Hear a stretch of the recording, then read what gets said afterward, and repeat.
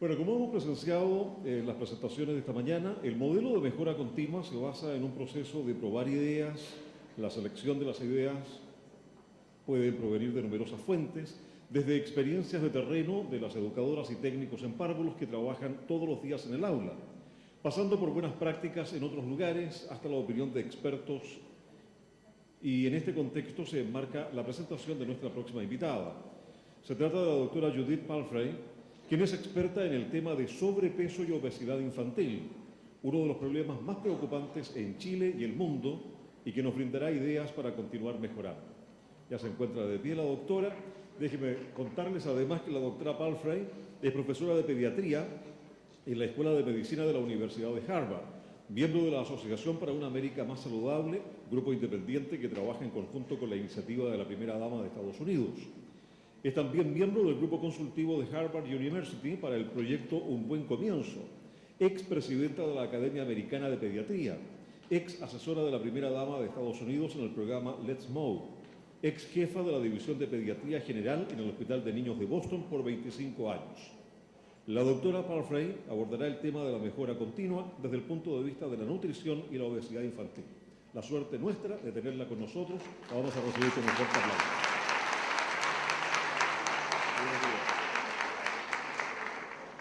Gracias mucho. Soy súper contento.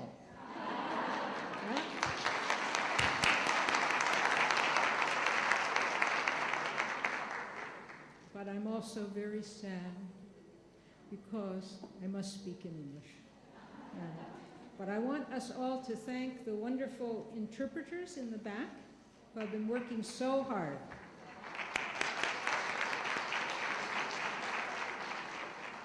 Do you remember the number of that you put on your paper for the basketball? You remember the number? Please stand up.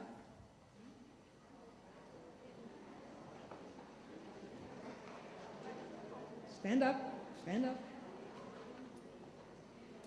You remember that number? Okay. Now what I want you to do in your place is, mine was 19. Here we go. 1, 2, 3, 4, 5, 6, 7, 8, 9, 10, 11, 12, 13, 14, 15, 16, 17, 18, 19. Sit down. Did you see how easy that was? Right? For us to get moving, to get our blood growing, and to get our bodies moving. So that's what I want to talk just briefly with you about. Mary Catherine mentioned that in the process of quality improvement, there is the profound knowledge for all of the progress and how you look at the process. But there's also the content information. What is it we're trying to accomplish? What is the knowledge about the area that we're talking about? So she asked me to come and to sort of fill out the day by taking a content area and talking about what we're trying to do just in one area. Could be language, could be social emotional, could be health, and what is the content knowledge for this area. So today, what we're going to do, I don't know if the person can progress the next one, but we're going to talk about the issue of how important health and education are to work together, to talk about the epidemic of obesity, to suggest a few possible interventions and the things we're looking for. So we know, and we've heard over and over today, about the interaction between health and education, how important that is. This one, but I need that one after. And I think it's been very, very well documented. Yesterday, we had the opportunity in Ranguna to meet with the health group and the education group. It was so beautiful to see how everyone was working together. We know that these interventions in early childhood programs can affect health outcomes. So early education can, in fact, affect health outcomes. And we know that models, and this is what I'm going to be talking about mostly, that involve the family and the community are the most successful. Of course, in the health arena, we're very interested in growth and nutrition, very interested in how our bodies change over time. And we look very carefully at the children's growth, their weight. These are the World Health Organization graphs that we now all use around the world. I just want to point out two things on this graph. Do you have, Francis, the thingy?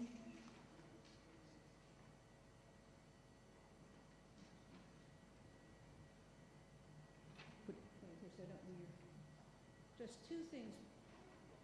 This is the little tiny babies when they're growing here. And I always talk about that like it's a rocket shot. They're growing so fast that it looks like a rocket taking off because they're actually doubling and tripling their weight within a year's period. Now, if I were to double my weight this next year, it would be a problem, no? And if I'd done that every one of the years of my life, which are a lot, it would be a really big problem. So the growth slows down within the period that we're dealing with, but it doesn't slow down that much. It's still on an upward trajectory because the children are growing. And that's very important. The children are growing, they need sustenance, and they need good nutrition. The second thing I want to point out is the variation. So Mary Catherine talked about variation. As human beings, we have a lot of variation, and that's fine and that's normal. We want to see the variation. We just don't want to see people going way above or way below. So there's no perfect weight. There's no perfect height. We should be variable. We should be different. But we don't want to go above the normal range. This obviously is the length. And then recently, we've been looking at this measure called BMI, which is the basic metabolic index. And this allows us to look at whether a child's carrying around on their body more weight than their body was planned to carry. And I always think about this by saying what the BMI tells us is the frame of the child's body carrying around more heavy baggage than the body should be, like carrying two new pieces of luggage, something like that. That's what I always think about, because our frame was built for a certain weight to carry. And that's all the BMI is. Obviously, if we grow too little, we have failure to thrive. This is not a good situation. But if we have too much, we're in the problem of obesity, and I'll tell you a few reasons why this is a concern. These are pictures from Chile. These are some of the children that are here now in our midst, and you can see that there is really a very serious problem for obesity. This is not a new problem in Chile. These are data that go back, this is information that goes back to 1995. And basically what it's showing is since that time, there has been a situation of overweight, which is the yellow line, of about 20%, and obesity of about 10%. So it's still in this range of 30% of the children, 1 in 3, having more weight than we like them to see. Really focus, though, on that 10%, that red line. So 1 in 10 children who are obese. And that is the group that we really, really, really worry about. And why do we worry? This is just more data showing actually the same thing, bringing it up to 2010. These are Chilean data that I'm showing you. So why do we worry? We worry because children who have obesity can't move very well. Why do they get you up and get you doing this kind of thing? If I'm heavy and I'm carrying those extra baggages around, it's hard for me to move. Just hard for me to move. They have problems with breathing and with their heart. Again, it's hard for them to move their chest, get those good expanded breaths. They have considerable problems with their bones. Again, they're carrying around a lot of weight. They're putting more weight on their hips and their knees than they should be. They have even their liver can get involved, can get fat in it. They have a syndrome we now call metabolic syndrome, which is in older girls, where they're much more prone to diabetes later on. They have, not our little ones who need to worry too much about this, but later on, actually if someone is quite obese and is pregnant, they have real serious problems, and diabetes too, as I mentioned before. They also have psychosocial problems, and again, we worry a lot about these.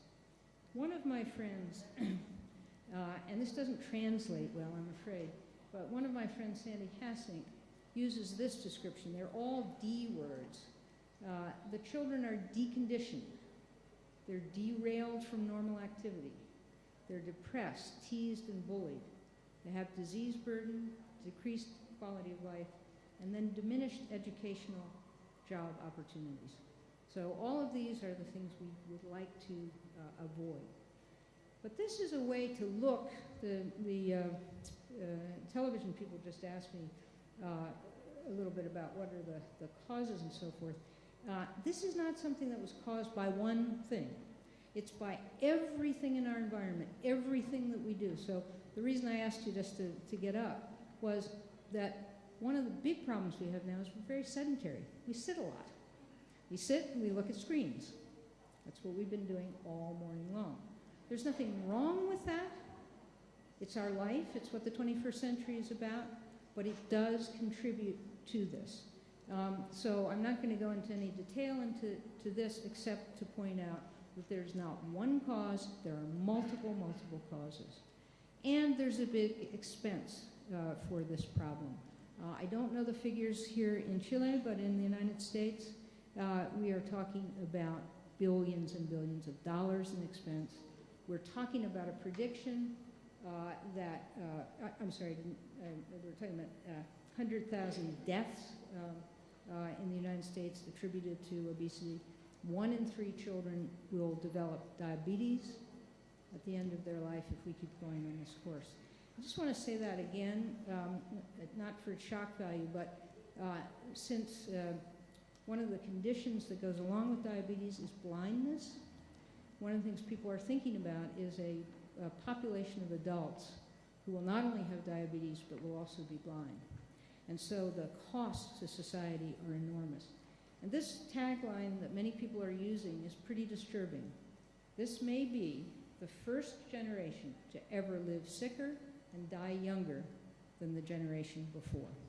So this is a pretty serious issue that's caught the attention of our public health professionals like are here, advocates promoting. And then I would like to tell you a little bit about what's happening in the United States with our First Lady's Let's Move initiative. Because she came in, as many of the First Ladies, and your First Lady here is also compelled by this information. She determined, as many of the First Ladies have, that this is an issue of the entire generation. It's an economic issue, it's a health issue, it's even a security issue. And so she has set up a program to address this problem within a generation. I'm just going to say that again because it's very important. She has said, we can't do this overnight. This is not an overnight issue. This is over a period of time. And I want to say one other thing about UBC, which is, and why I'm so happy. This is now 6-7 years of hard work on the part of so many people. And now look, there's results. They didn't happen the first year, they didn't happen the second, they didn't happen the fifth. They're starting to see the results at the 6th and 7th year. And for community kind of programs, it's the 6 to 8 year rule. You drop that penny and you see the results at about 6 to 8 years. Mrs. Obama has said she'll give it even a little bit longer. She's looking at a timeline of 15 to 20 years. And that's hard sometimes because we want to make the changes very quickly.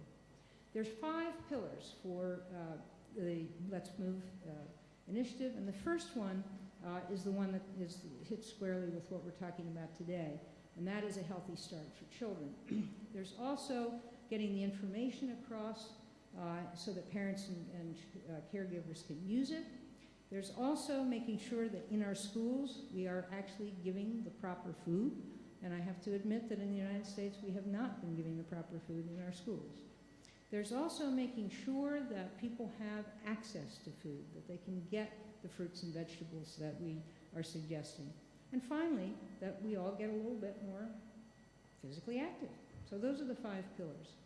I'm going to just tell you quickly about what's happening with the child care, because this is the one that there are some models, there's some hints, there's some things that on the website for, if you just do Let's Move, the website, and then go to the child care, you will find these. But basically, the ideas are quite simple. Get kids moving. And I used that one example today. There are many others. Just always be thinking about getting the kids moving. The second one is a difficult one, reduce screen time. And this means that we need to be thinking, I have not seen televisions in the schools here, but I'll bet you that they're in the bedrooms of the children at home. You think so? You think that the televisions might be in the bedrooms of the children at home? No? Really? I'm going to cheer. Is that true? That no children have televisions in their bedrooms here? They do? They do, okay. So if in your world in the next week you can get one television out of one bedroom of a child, you will have contributed to this world enormously. It's a huge issue. The third thing is to make nutrition fun. So we have lots of examples, but you give a sandwich, it can either be a sandwich or it can be a butterfly, right? Sandwich or butterfly, and it's much more fun to eat it as a butterfly or a flower or whatever. It's also to offer healthy beverages, and that means water.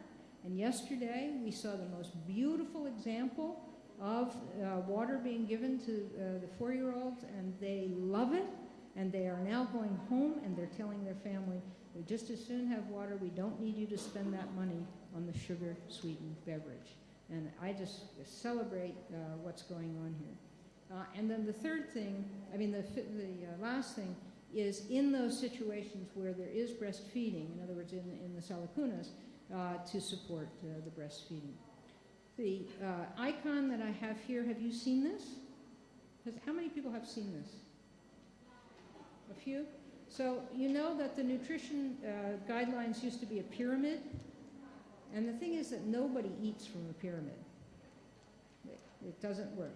But people do eat from plates, and this, my plate, there's now mi plato as well, allows you to think about the amount of fruits, vegetables, grains, protein, and dairy that makes sense for your child in the lunch. And if every time a family is preparing a lunch or school is preparing it, they use my plate, it will go a long way to the good food and the healthy food we want to see. We also are spending a good deal of time with my folks, with doctors, helping to interpret the BMI information to parents, and actually using some prescriptions to think about good food and physical activity. We also are texting. I don't think we have a Twitter account quite yet, but texting information through Let's Move.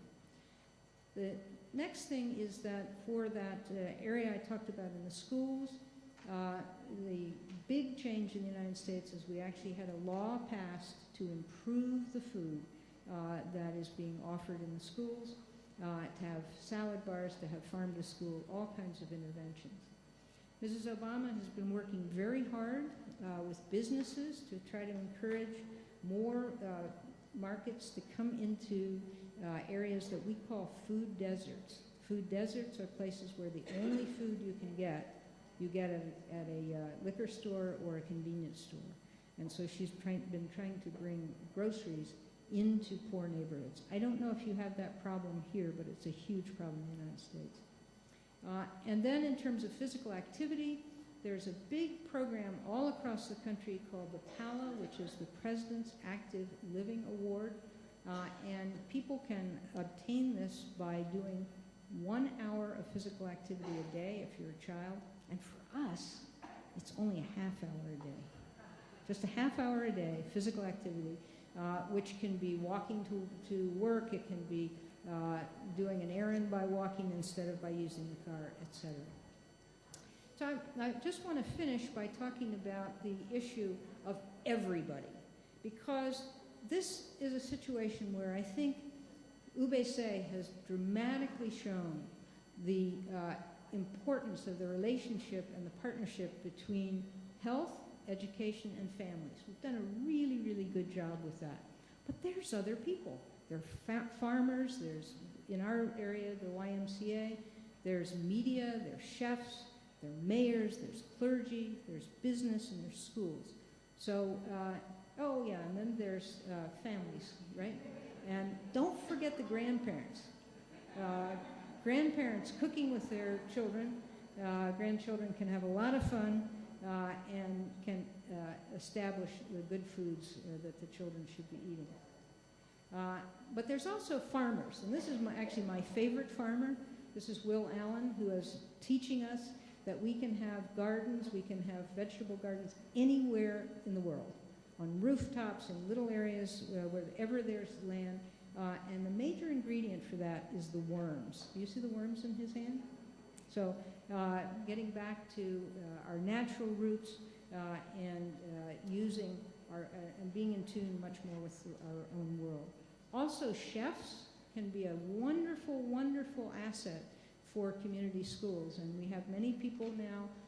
The chefs are very willing to come out to schools to teach, to do teaching healthy food preparation and so forth, and getting actual materials to people like the Chop Chop magazine that has menus for families, very effective. Churches are another place where these kinds of changes can go on. In our country, we like fried food very, very much. We like to fry food. There's a minister in the south of the United States who says, I'm going to have a zone in my church where nothing gets fried. And these kinds of changes can make a big, big difference. Also, business can make a big difference, and there's been a promise by business in the United States to reduce the calories that are offered in the foods that we have by 1 trillion over the next couple of years. This will be a major help to all of us because the businesses actually have been doing the opposite. They've been putting more and more and more sugar into our foods for a lot of reasons. They're now going to begin to take it out, which will help us all. Finally, I go back to the early childhood and bring you greetings from all of your compatriots in the United States who are doing this same kind of work. They're excited about what you're doing, and we want to wish you all the very, very, very best of luck. And you've got a good start today. Let's keep it going. Thanks so much.